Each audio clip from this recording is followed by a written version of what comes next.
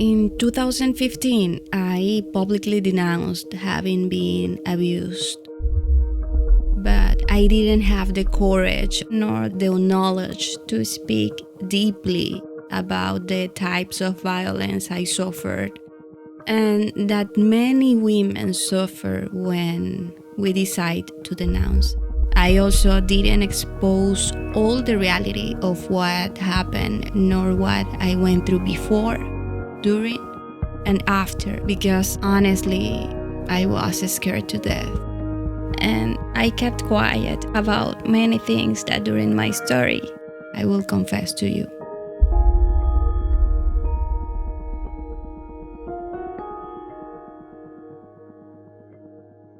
That is why I want to be as transparent as possible. I want to avoid half-truth. I want to be an open book and expose everything with evidences.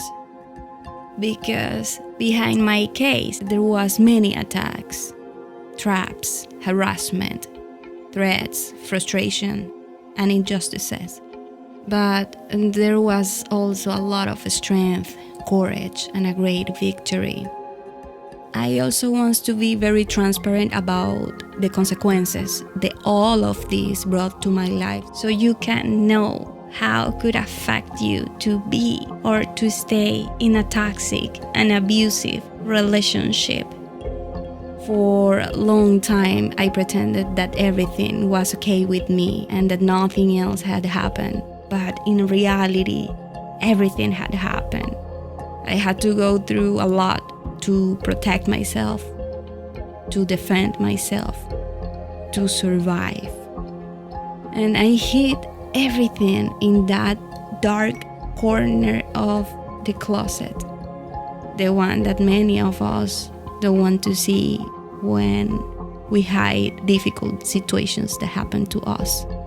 As I mentioned to you previously, I was confusing forgiving with ignoring, and the truth was burning me up inside. Each day of silence and denial was slowly shutting down my soul, my body, my health, and my light, leading me to a darkness I had never known before. As my cousin Annabella says, if you said nothing, you were an accomplice. And that is how I felt, an accomplice. And that feeling turned into guilt. Every night I thought about taking this step and I couldn't help but feel anxious. I repeated to myself over and over again, my story can prevent another woman and make more victims wake up. That is why today I dare to speak out, because what is not right must be exposed to prevent it from happening again. The solution is not to remain silent. Silence shouldn't be an option. It is true that many times when women have the courage to denounce, we are questioned and doubted. And now even more that false accusations come to light, as we saw in the case of Amber Heard. This definitely affects the credibility of real victims. It is unfortunate, but it happens. That is why it would be wonderful if you could put yourself in the shoes of each person who courageously decides to raise her voice to denounce that she has gone through an episode of violence, in the hope that no one else will go through the same thing. I want to be really honest about my mental health. And I want to confess that these last few years have been desperate for me. My being, my essence, was suddenly gone. When I went to the root, I realized that my stored emotions began to manifest. Well, how about if we talk openly about mental health, emotions, and trauma? Well, let me start. During 2018, 19, and 2020, I was going through depression, and many other situations. In 2020, I decided to be a little more open with you about it. I did it through a video that I posted on my social media, but I didn't go deeper, and I didn't go in depth at all. I was actually going through a lot of cognitive disorders, autoimmune diseases, and horrible flashbacks of horrible things that I lived. My big stop was the development of cancer. I was quite frustrated with all of this. I ask you, do you have any idea of the important role that emotions and trauma play in the development of disease? If you didn't know, I promise to talk more about it in the future. I also had a hard time reading and focusing. I had difficulty expressing myself clearly. I was suffering from constant blackouts in my mind. I would go blank in the middle of a conversation over and over again. I had a strong inability to create content because I completely lost the desire to dance. Yes, I didn't want to dance anymore.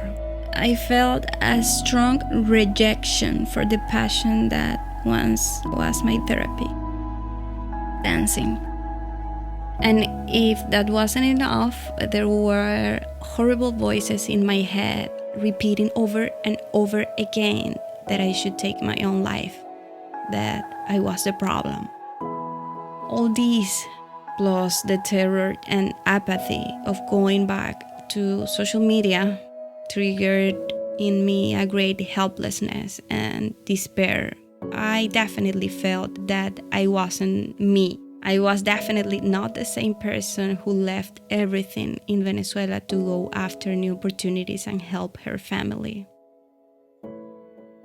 In spite of everything, I didn't give up and became the student of my suffering.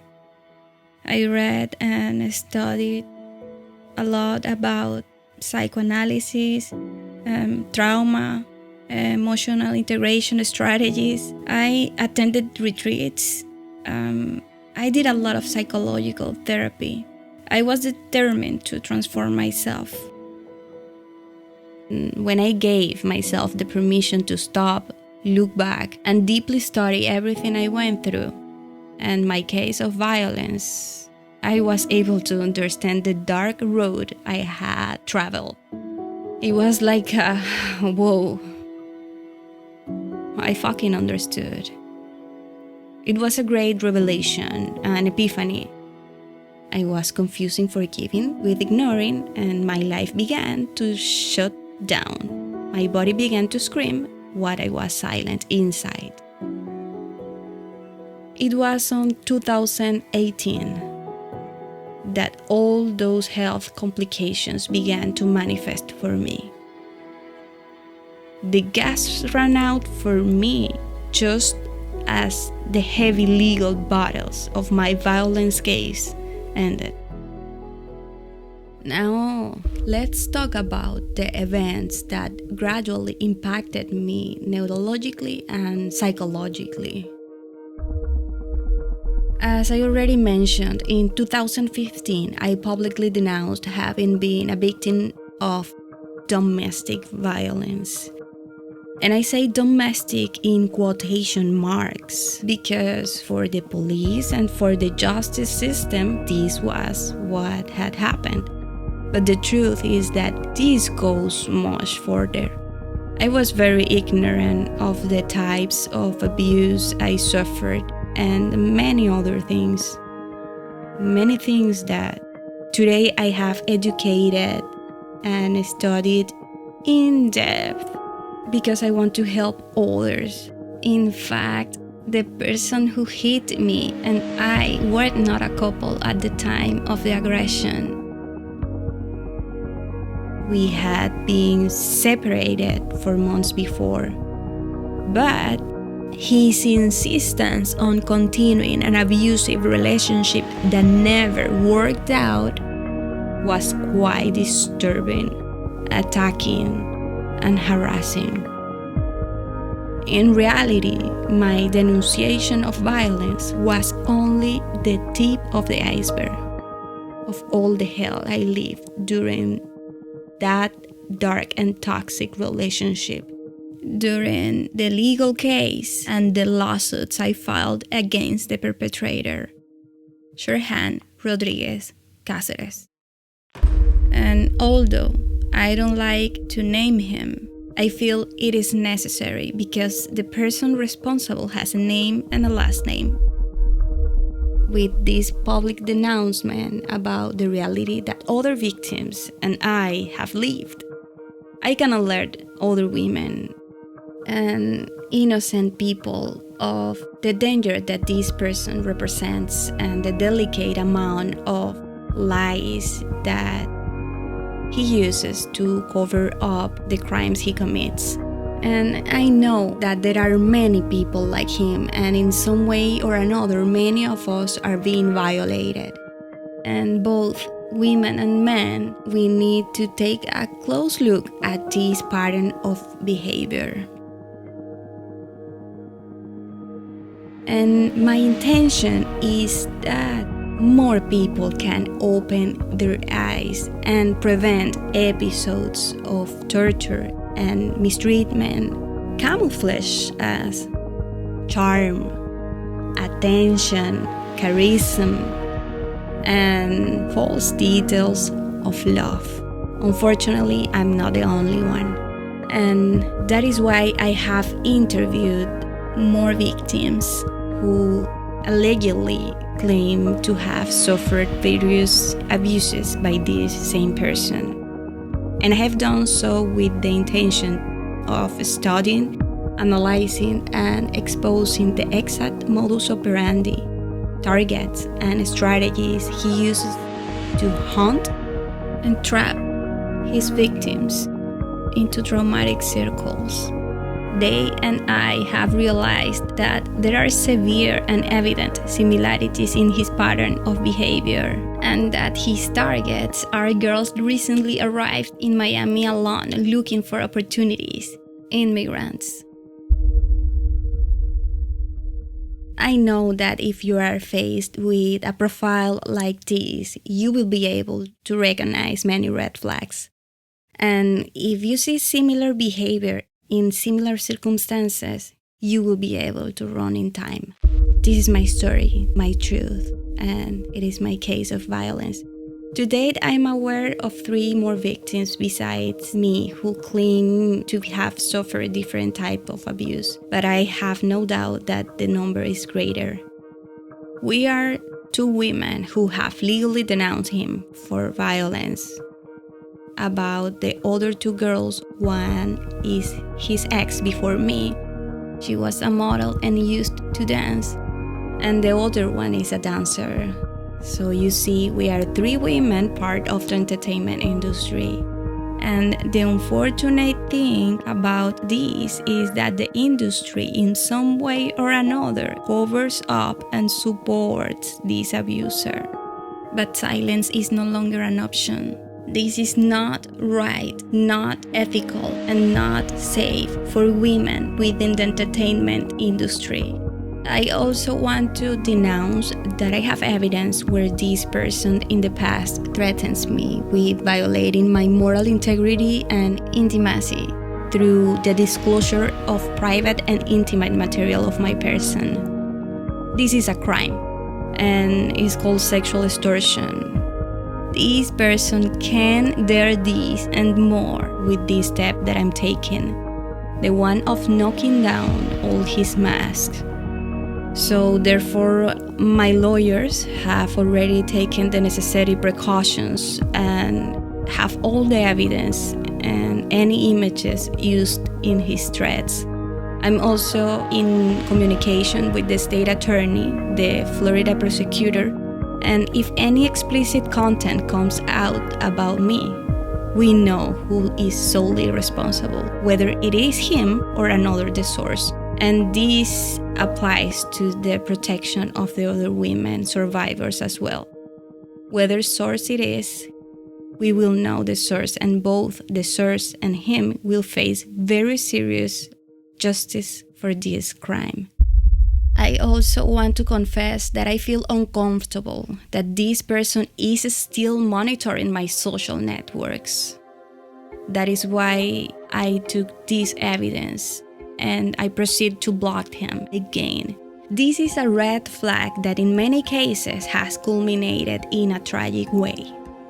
If anything happens to me or to any of the survivors, suspicious will only point in one direction.